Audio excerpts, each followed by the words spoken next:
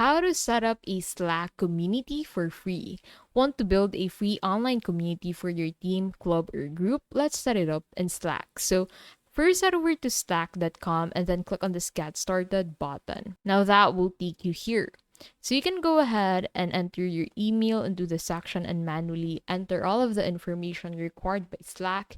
You can also create an account with your Google account or Apple account. So, choose create a workspace and sign up with your email, Google, or Microsoft account. Enter a workspace name and add a purpose such as tech tutorials and reviews. Slack will generate a unique workspace URL for your community. You can invite members by entering your emails or share the invite link.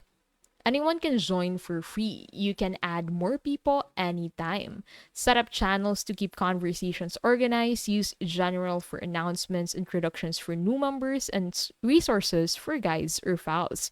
You can also add private channels for focused discussions. You can customize your workspace with logo, adjust notification preferences, and set channel permissions. This helps keep your community organized and welcoming. And that is how to set up Slack community for free.